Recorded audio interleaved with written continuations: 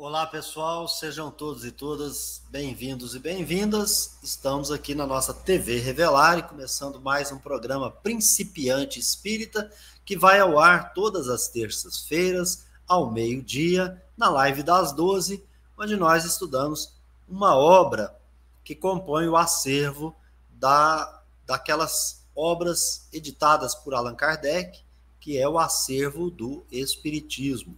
Estamos então no Espiritismo em sua mais simples expressão, ainda naquele resumo do ensino dos Espíritos. Hoje, a gente, sem sair ainda do item 1, falamos um pouco da onipotência de Deus, da sua soberana justiça, da sua soberana bondade. Lembrando a vocês que estamos aqui pedindo o seu apoio. Se você puder, faça uma assinatura solidária. Se você também quiser, nos acompanhe nas redes sociais, Facebook, e pode enviar sugestões e críticas, perguntas, pelo faleconosco@institutorevelare.org.br. Se for um assinante comunidade, você pode fazer sugestão de pautas. Sem mais delongas, aqui do meu lado, para a gente falar um pouquinho sobre onipotência, soberana justiça e bondade de Deus, Lauro Rodrigues. Lembrando, né, Laurinho, que às terças-feiras a gente tem outros estudos, mas esse em especial, ele é gravado. Então, estamos aqui no tempo passado, enquanto vocês vão nos encontrar no futuro. E assim a gente encurta espaço e tempo, segundo Galileu Galilei, em Uranografia Geral, Lauro Rodrigues. Beto, muito bom estar aqui. Olá para você que está estudando aqui conosco, né, buscando como nós estamos aí, conhecer um pouco mais sobre os princípios da doutrina espírita, sobre a moral ensinada pelos espíritas, para que a gente possa avançar um pouquinho mais depressa, né? Porque, em verdade, de qualquer forma, a humanidade vai avançar em moral, porque é um processo natural. A evolução, ela faz parte da lei e é uma lei infalível, né? É imutável. Mas com todo esse conhecimento debaixo dos braços, como se diz, nós podemos avançar um pouquinho mais depressa. E esse é o propósito, então, da doutrina espírita. O pensamento, né, a ideia, o objetivo de regenerar o pensamento humano, ou seja, regenerar a humanidade. Então, feliz aquele que estuda a doutrina espírita, medita e busca aplicá-lo. Beto Ramos. Vamos então, no nosso compartilhamento, fazer a leitura novamente do item 1, Laura. Deus é a inteligência suprema, causa primária de todas as coisas. Deus é eterno, único, imaterial, onipotente, soberanamente justo e bom. É infinito em todas as suas perfeições. Porque, se supuséssemos imperfeito um só de seus atributos, ele, Deus, deixaria de ser o próprio Deus.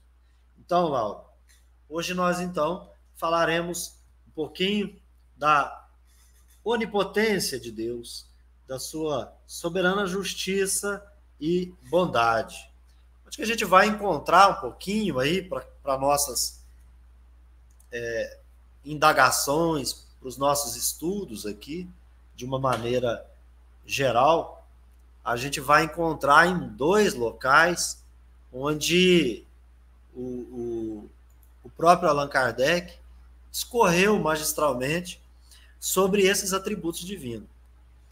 Eu gostaria até, Laura, de que a gente recordasse que os atributos de Deus foram trabalhados antes de O Livro dos Espíritos, em especial na própria filosofia e especialmente na filosofia espiritualista racional. E a gente vai encontrar em Paul Janet esses atributos sendo estudados. Quando você estuda Teodiceia, lá em o espiritualismo racional, você também vai estar tratando desses temas. E é importante salientar que na Teodiceia, na filosofia de Leibniz, trata-se de um conjunto de argumentos que busca defender e justificar uma crença na onipotência e suprema bondade de Deus, Criador, contra os que, em face da presença do mal no mundo, duvidam da existência de Deus e da sua perfeição. Lembrando, então, que na Gênese, no item 1 do capítulo 2, Kardec trabalhou sobre a existência de Deus. E essa existência de Deus, ela também é trabalhada no espiritualismo racional, na metafísica especial, onde se estuda a psicologia racional, que tratou da relação da alma e do corpo, a cosmologia racional, que trata da natureza da matéria e da vida, e, no caso em que estamos tratando aqui, é a Teodiceia, estudo racional de Deus. Racional de Deus. Então, na prática, é uma metodologia científica para se comprovar a existência de Deus partindo dos efeitos para remontar a causa primária. E, nesse sentido, então, eu primeiro, Laura, quero começar pelos atributos que estão colocados para nós no Livro dos Espíritos, questão número 13. E o Kardec fez uma interrogação aos espíritos acerca dos atributos divinos, eles responderam e Kardec escreveu uma nota. E dessa nota a gente extrai isso. Deus é todo-poderoso. Todo-poderoso. Ele é um todo-poderoso. Por quê?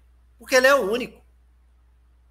Se ele não tivesse o poder soberano, então é uma questão dos efeitos para remontar as causas. Vamos supor que faltasse a ele essa soberania, esse todo poder. Haveria algo mais poderoso ou tão poderoso quanto ele. Então ele é o todo poderoso por ser um Deus um Deus único. Não tem outro. Então, caso houvesse semelhante a ele, ou superior a ele, ou talvez inferior a ele ali e tal, mas também fosse imaginando ali que tivesse poder semelhante, nós estaríamos numa situação desconfortável. Na condição divina, só há um Deus. E, assim, ele não teria feito todas as coisas, que daí ele ser o todo-poderoso. Todas as coisas partem desse seu todo-poder de criação, de intervenção e de imposição de leis, inclusive até a ele mesmo, por ser essas leis imutáveis, como a gente já estudou aqui. E aquelas coisas que Deus não tivesse feito seriam obras de outro Deus. Ah, mas lá na obra Gênesis, o pessoal está falando que os Elohims criaram. Ah, então tem outros deuses? Não, a expressão lá nesse livro dito sagrado é formaram e não criaram. O máximo que eles podem chegar é a co-criadores, ou seja, usando o que a gente já estudou aqui no nosso canal, que é o plasma divino ou a matéria cósmica universal, Laura. Então, nesse sentido aí, há aqueles que vão poder, então, formar, co-criar, né? Nesse sentido. Antes de seguir, passo para você aí, Laura, comentar.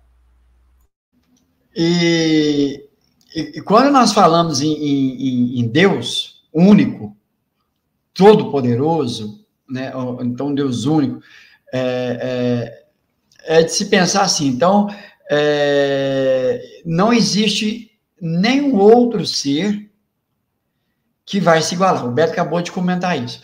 Mas A ideia que se tem, né, e que alguns teólogos defendem, é da existência do mal, no sentido de um ser criado para o mal, então seria aí o Deus do mal, como para a gente comentar aqui, e isso não vai estar compatível com o que nós vamos estudar hoje. E quando nós falamos em Deus, porque há uma ideia, né, também estranha, quando diz assim, Deus tendo uma forma antropomórfica. Está sentado num determinado lugar, num trono, e lá ele observa tudo que acontece nesse universo dele, né? Isso fica meio desconecto, ou sem conexão com uma realidade, ou uma lógica. Quando o próprio Jesus vai dizer assim, que até uma folha que cai de uma árvore, Deus sabe. Porque, né, é um poder que a gente vai agora compreendê-lo melhor. Não é esse poder místico de alguém, como lá no Olimpo, lá aqueles deuses da mitologia, que estão lá naquele alto, lá no Olimpo, lá, olhando lá para baixo, aquele tanto de deuses ali, cada um ambicionando mais que o outro. Não é isso que a gente vai compreender aqui, Beto. Muito bom.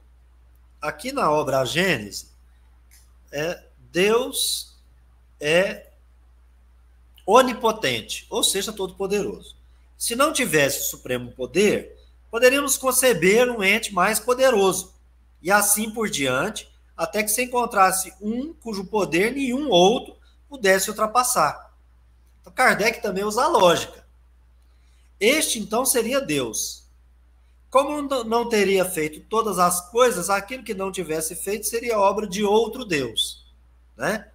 Então, aqui ele meio que repete o que já está escrito lá no texto da obra, né?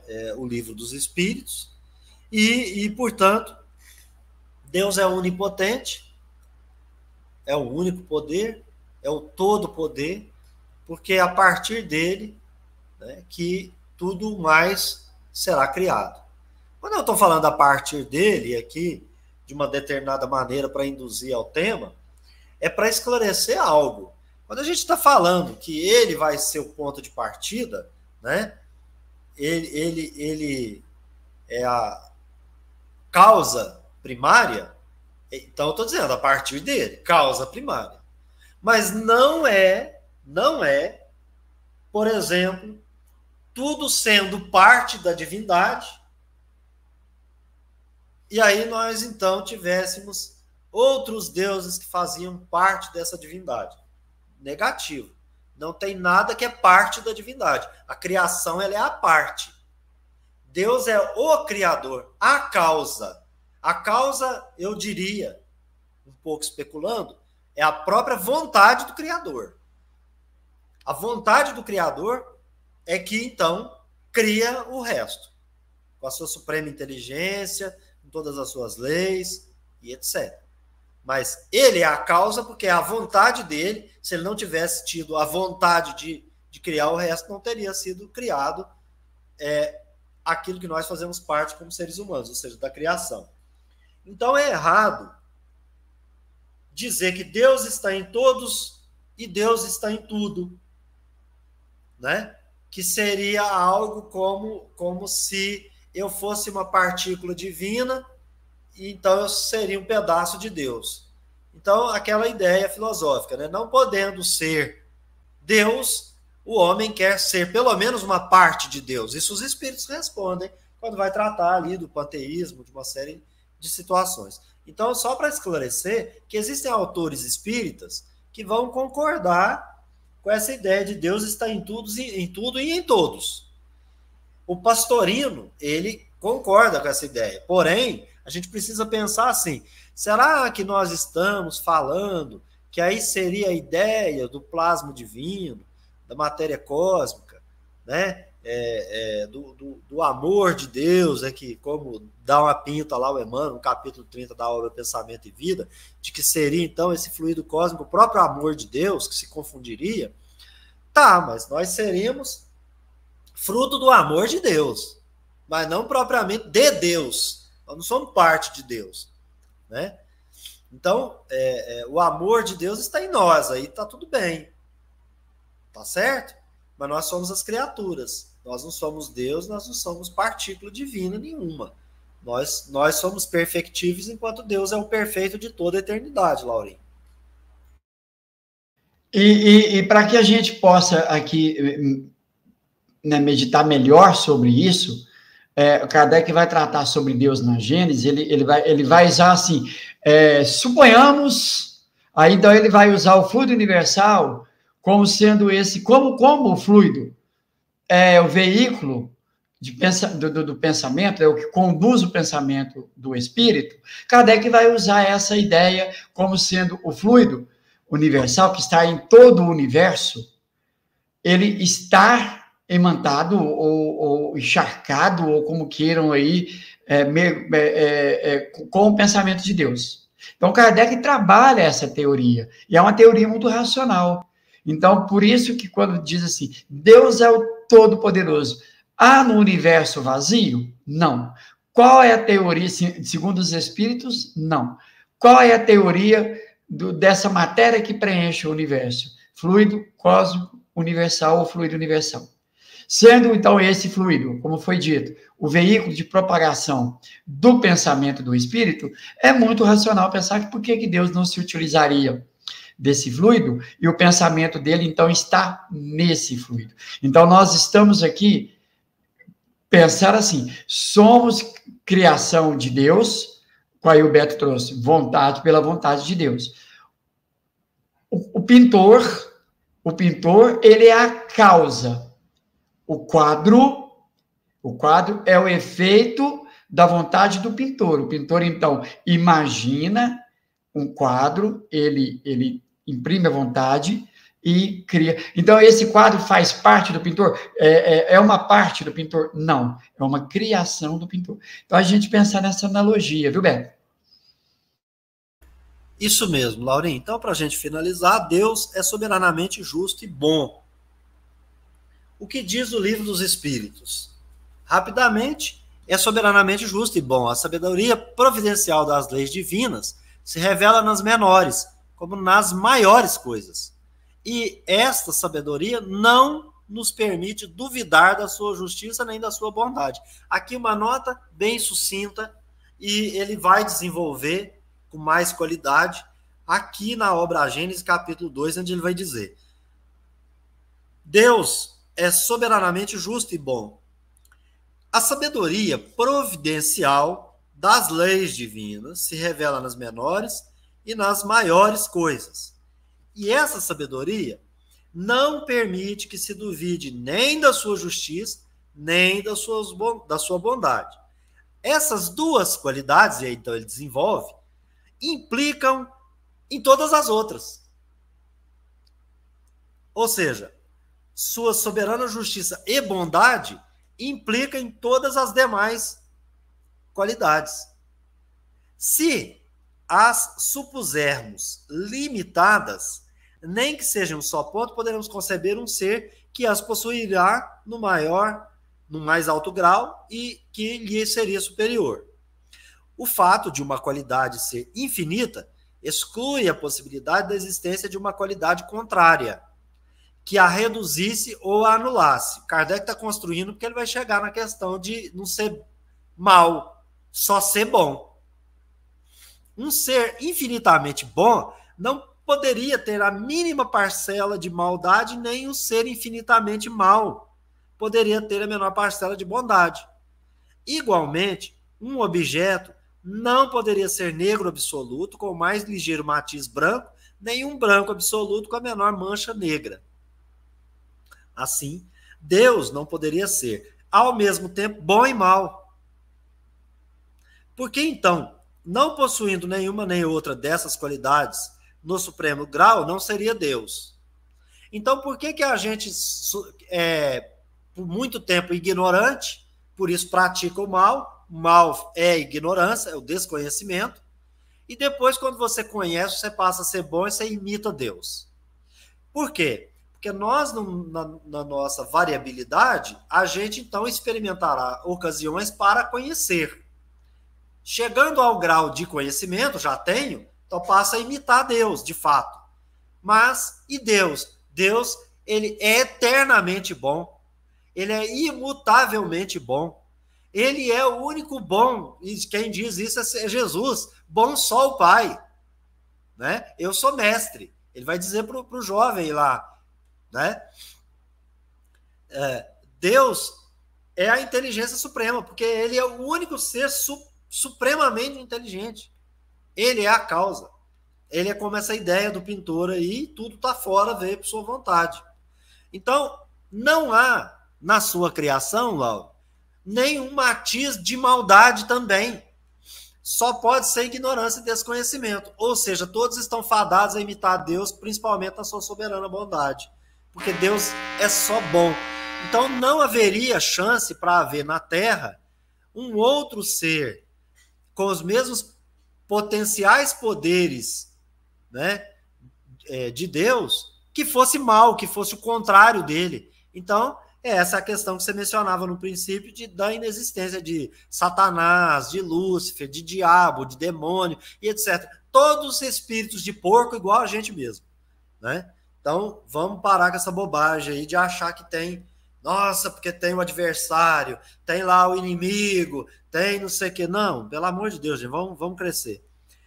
Portanto, ele só poderia ser infinitamente bom ou mal, e se fosse infinitamente mal, não faria nada de bom. Como as obras testemunham que Deus é bom, testemunham sua sabedoria, sua bondade, sua solicitude, é preciso concluir que, não podendo ser ao mesmo tempo bom e mal sem deixar de ser Deus, ele deve ser infinitamente bom. A soberana bondade, Lauro, implica na soberana justiça, porque se agisse injustamente ou com parcialidade, criando os eleitos, uma religião, uma tribo, uma nação, um planeta, uma só circunstância, ou com relação a uma só de suas criaturas, ele não seria justo e, por consequência, não seria soberanamente bom. Passo para você encerrar esse nosso encontro aí, Lauro Rodrigues. Beto, e aí a gente volta lá de novo, né, naquela mesma ideia que Kardec vai desenvolver do pensamento de Deus atuando sobre todo o fluido no universo. Se Deus é infinito, então nós vamos imaginando que né, ele abrange, o pensamento dele abrange tudo que nós podemos imaginar de infinito, e né, que o nosso pensamento consegue ir, e sabendo que Deus é soberanamente justo e bom. Então, desse pensamento de Deus, só sai pensamento de justiça e de bondade. Então, o universo é permeado por esse pensamento. Justiça, bondade. E os seus outros atributos. Aí fica irracional, então, admitir ou querer aceitar que há o mal. Porque se desse pensamento só é bondade e justiça, não há como ter mal. O que há, aí os espíritos vão dizer, o que há é ignorância. É o desconhecimento das leis que são imutáveis, são perfeitas, como o próprio Deus o é.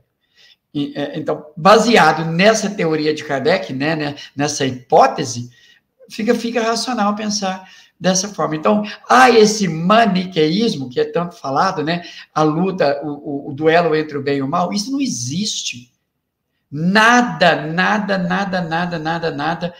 é desafiador para Deus no sentido de ir contra as suas leis. Nada. Porque Deus, ele é o poder supremo, em toda a sua plenitude, infinitude, o que nós podemos aqui pensar. Não tem outro meio de imaginar diferente, porque se nós imaginarmos diferente, estamos tirando de Deus algo que não o tornará Deus no sentido total, absoluto. Aí alguém aí pode vir e ir a pau com ele aí, ou até ser mais que ele. Beto, mas muito bom. Então, Laurinha, a gente se encontra no próximo vídeo com um resumo do ensino dos espíritos. Deus criou a matéria que constitui os mundos. Será o nosso próximo assunto. A gente, então, encerrou o item 1 desse resumo do Espiritismo em sua mais simples expressão. E aí, no próximo vídeo, a gente, então, continua no item 2. Quero agradecer a Deus, aos bons espíritos e ao Lauro por estar aqui. Quem assistir esse nosso vídeo também. Fiquem com Deus. E a gente se encontra no próximo vídeo. Até lá. Um abraço. Fiquem com Deus, pessoal. Às 18 horas, o estudo continuado da obra O Céu e o Inferno. Estamos juntos, esperando vocês.